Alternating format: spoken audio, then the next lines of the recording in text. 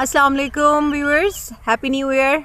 आज हम आपके साथ अगेन यहाँ मौजूद हैं F9 पार्क में, और आज जो हम बात करेंगे वो करेंगे अबाउट द लाइफ कि ज़िंदगी क्या है और ज़िंदगी को हम कैसे गुजारते हैं, और ज़िंदगी को गुजारते गुजारते हम ये क्यों भूल जाते हैं कि ये एक ही दफ़ा मिलती है, दोबारा कभी नहीं मिलती है। आज हमारे साथ मौजूद हैं नदीम साहब एज़ यूजुअल। अस्सलाम जनाब, वालेकुम सर, कैसे हैं? वालेकुम अस्सलाम। कैसी हैं आप मैम? अल्हम्दुलिल्लाह, सब शुक्र खैरियत? अल्लाह का करम। तो जनाब, आज will talk about life and universe. तो सबसे पहले तो मैं अपने व्यूअर्स को हैप्पी न्यू ईयर कहना चाहता हूँ। We are in 2021। जैसा कि 2020 तो काफ़ी मुश्किल गुजरा सबके मुश्किल लिए। गुजरा, बिल्कुल ऐसे ही सो है। We can hope best for this new year कि सबके लिए अच्छा हो और पहले से काफ़ी बेहतर हो। और हैप्पी न्यू ईयर मनाना भी चाहिए, एंजॉय करना चाहिए। छोटे मोटे त्यौहार जो हैं हमारे आसपास, ये हमें एक रीज़न देते हैं कि हम मिल बैठ सकें, एंजॉय कर सकें। उनको हमें वेस्ट नहीं करना चाहिए, एंजॉय करना चाहिए। तो जनाब, क्या मैम क्वेश्चन है, क्या बात है, आगे बताइए।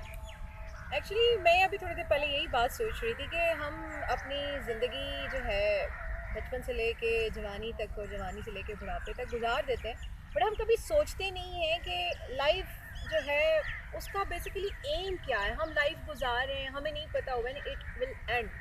ठीक है, तो हम ऐसा क्या करें कि हमारी लाइफ जो है वो हमें कभी ज़िंदगी में इस चीज़ का अफसोस ना हो कि यार I have left this in my life और मैंने अपनी ये डिज़ायर पूरी नहीं की है, एक्सेट्रा। मतलब कुछ भी ऐसा कि हम जिस पे बात करेंगे, हमें अपनी ज़िंदगी को इस वे में गुजारना चाहिए। हम ज़िंदगी किस तरह लेके चलें, क्योंकि you never know the next second you will be alive और नॉट। राइट, ठीक है। अच्छा, इसमें देखें, ज़िंदगी तो लम्हा ब लम्हा गुजर रही है। It never stops. ऐसे ही है। और कब किसका टाइम ख़त्म हो जाए, even this is what we don't know. बिल्कुल। लेकिन ये ज़रूर है कि हम ज़िंदगी में कुछ टारगेट रखते हैं, उनको सेट करके हम उनके लिए कोशिश करते हैं। और ये अच्छी बात भी है। इंसान दूसरे तमाम मखलूक़ात से इसीलिए बेटर है कि भी वो अपना फ्यूचर प्लान कर सकता है। मुश्किल वक्त के लिए कुछ अच्छी चीज़ें पहले से सोच सकता है, उसके मुताबिक कुछ भी इख्तियार कर सकता है। लेकिन उसके साथ साथ जब हम ज़िंदगी गुजार रहे होते हैं, तो ज़िंदगी का हर लम्हा और हर पल जो हम गुजारते हैं, उसमें हमें ये चीज़ नहीं भूलनी चाहिए कि ज़िंदगी इट्सेल्फ एक प्रोसेस का नाम है, कॉन्टीन्यूस प्रोसेस। इसमें हर लेवल पे, हर स्टेज पे हमें अपने लिए कुछ ना कुछ हैप्पीनेस ढूंढते रहना चाहिए, उस हैप्पीनेस को फील करना चाहिए। डेली रूटीन में आप अपनी इस तरह की चीज़ें रख सकते हैं जिससे आपको ज़िंदगी अच्छी महसूस हो, ज़िंदगी से मुतल्लिक आप अच्छा फ़ील करें, अच्छे लम्हात, अच्छी मेमोरीज क्रिएट करते रहें। ना कि आप ये सोचें कि ज़िंदगी में जब एक फ़लाँ बड़ा काम होगा तभी खुशी मिलेगी। तो बेसिक फ़िलासफ़ी ऑफ लाइफ ये होनी चाहिए कि आपने हैप्पीनेस लाइफ में इंक्रीज़ करनी है, छोटी खुशियाँ छोटी खुशियों को एंजॉय करना है। एंजॉय करना है। और साथ साथ जो मिजरीज ऑफ लाइफ हैं या मुश्किलात हैं ज़िंदगी की, अपने लिए भी और दूसरों के लिए भी, उनको मिनिमाइज़ करना है। ये एक मेन गोल होना मेन चाहिए। गोल बाकी होना चाहिए। आप कुछ भी हासिल कर लें, अल्टीमेटली देखें आपको ख़त्म ही हो जाना है। खत्म हो लेकिन जाना है, उस बिल्कुल। टारगेट को रखें ज़रूर, उसके लिए एफर्ट भी ज़रूर करें। लेकिन उस एफर्ट में या उस दगो-दो में या उस ज़िंदगी के रोज़मर्रा के मामलात में अपनी लाइफ और उसकी खूबसूरती और उसकी खुशियाँ, उनको भूल ना जाएं। एक और जो क्वेश्चन मेरे माइंड में आ रहा है एट द मोमेंट, वो ये आ रहा है कि देखिए समटाइम्स ना हम कुछ चीज़ों को लेकर के अपनी लाइफ में इतने अपसेट हो जाते हैं।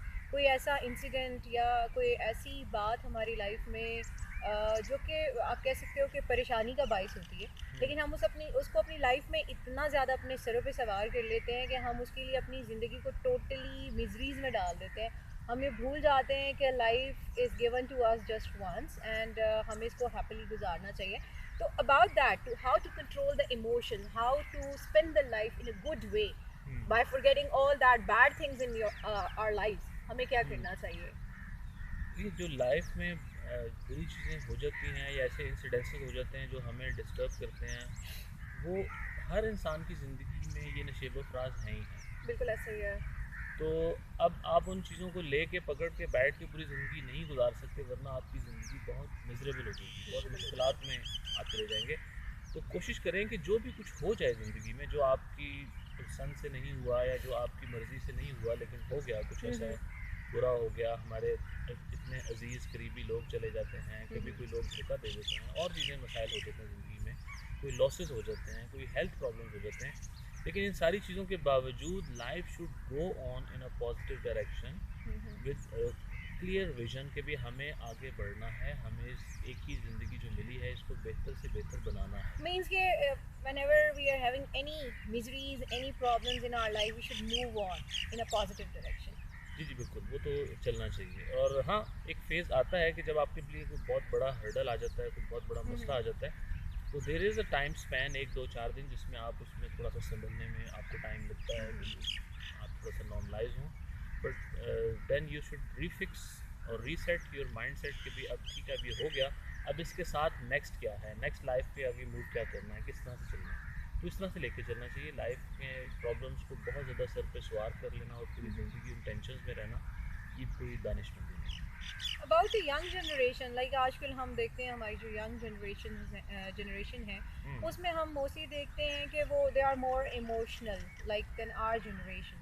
और वो छोटी छोटी बातों को बहुत ज़्यादा अपने माइंड पे जो है सवार कर लेते हैं, एंड आफ्टर दैट उनकी लाइफ के अंदर जो उनके गोल्स होते हैं वो भी जो है इफ़ेक्ट होते हैं। ऐसे बच्चों के लिए या ऐसी न्यू जनरेशन के लिए आप किस तरह का मैसेज देना चाहेंगे कि वो कैसे इन चीज़ों को कवर अप करें, because obviously all of us are here to achieve our goals as well. Yes. तो उन गोल्स को हासिल करने के लिए अगर हमारी लाइफ में ऐसी कोई चीज़ें आ रही हैं तो हम उसको कैसे जो है अवॉइड कर सकते हैं ताकि हमारे गोल्स इफेक्ट ना आए। जैसे मुझे तो लगता है कि हमारी जो यंग जनरेशन है वो काफ़ी अच्छे हैं और समझदार हैं, हमसे ज़्यादा वेल इन्फॉर्म्ड हैं। जब हम इस एज में थे शायद इतने वेल इन्फॉर्म्ड नहीं थे हम चीज़ों से, और काफ़ी हद तक प्रैग्मेटिक और रियलिस्टिक भी हैं। कुछ चीज़ों में हमें लगता ज़रूर है क्योंकि वो हमसे मुख्तलिफ हैं। आफ्टर ऑल एक ज़माना और था, अब ज़माना और है। तो आई अप्रिशिएट दैम, जो भी वो काम कर रहे हैं अच्छी चीज़ें करते हैं, कोशिश करते हैं। लेकिन कहीं कहीं हम देखते हैं जैसे आपने कहा कि जज्बाती हो जाते हैं, या बाज़ का पेरेंट्स चिल्ड्रन में दरमियान में एक जनरेशन गैप आ रहा होता है, या टीचर्स और स्टूडेंट्स में हम देखते हैं उस तरह का रिस्पेक्ट एलिमेंट नहीं होता। तो फिर भी मैं समझता हूँ बड़ों को ही अच्छे अंदाज से बच्चों को ट्रीट करना चाहिए। सबसे पहले उनको रिस्पेक्ट दें, उनको पर्सनल स्पेस दें, और जिन चीज़ों में आपको लगे कि बच्चे थोड़ा सा हट रहे हैं या ऐसी चीज़ों में इन्वॉल्व हो रहे हैं जो उनके लिए अच्छी नहीं है, तो उनको एक फ्रेंडली लेवल में आके अगर बताएं समझाएं, तो उसका ज़्यादा पॉजिटिव इफेक्ट होगा उन पे, एज़ कम्पेयर टू कि आप उनके अगेंस्ट कोई महाज खड़ा कर लें और हर वक्त उन्हें टॉन्ट शुरू कर दें और उनके खिलाफ कोई एक मुहिम जोई शुरू कर दें। ऐसा नहीं होना चाहिए। तो अदरवाइज दे आर गुड, मैं तो खुश हूँ अपनी न्यू न्यू जनरेशन से। जनरेशन से। बिल्कुल। अच्छा, एक और क्वेश्चन जो मेरे माइंड में एट द मोमेंट आ रहा है वो ये कि 2020 had affected us a lot, जी ऐसा ही है। All of our lives. बिल्कुल। हम फाइनेंशियली बहुत सारे लोग लॉसेस में गए, mentally stress, hmm, financial stress. ज़िंदगी ऐसे लगता है कि 2020 शायद एक ऐसा साल था जिसने हमारी ज़िंदगियों में एक ठहराव ला दिया। हम्म, और शायद अगर मैं इन अदर वर्ड्स कहूँ तो शायद this was the bad year in the history, या most bad year at least in 1 century. In one century. बिल्कुल। तो अभी मुझे बताएं कि हाउ यू थिंक कोविड 19 की वजह से जो 2020 का ईयर गुजरा है, how it affected and how we can come out of that stress कि हम अपनी लाइफ में वापस नॉर्मलाइज हो जाएं। हाँ जी, देखिए इसमें तो खैर कोई दो राय नहीं है कि इसने काफ़ी ज़्यादा इफ़ेक्ट किया सब लोगों को।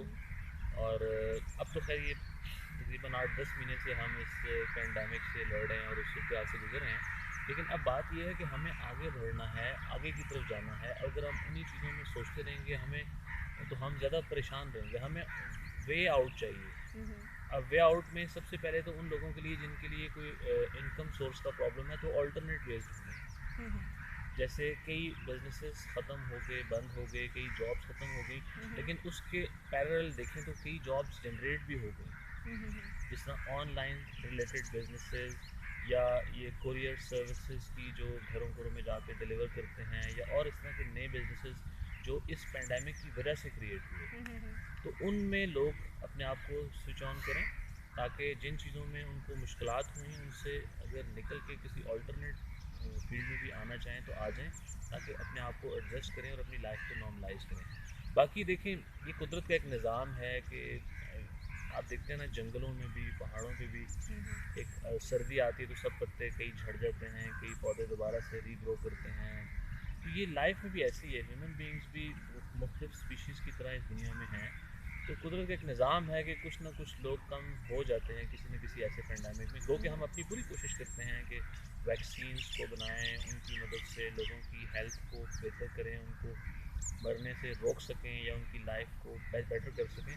लेकिन जो चीज़ें आनी हैं उनको हमें एक्सेप्ट भी करना होता है। ऐसे ही। और इसके साथ साथ ये भी मैं कहूँगा कि हमें हमें एज अ पाकिस्तानी चाहिए कि हमारे जो रिसर्च साइंटिस्ट हैं, जो लैब्स में बैठे हैं, वो इस पे सही मायनों में सर जोड़ के कोई ऐसे फार्मूलाज, कोई ऐसी वैक्सीन्स क्रिएट कर सकें, बजाय से कि हमें हर वक्त दूसरों को देखना पड़े कि वहाँ से कोई वैक्सीन आएंगी तो हमारा प्रॉब्लम हल होगा।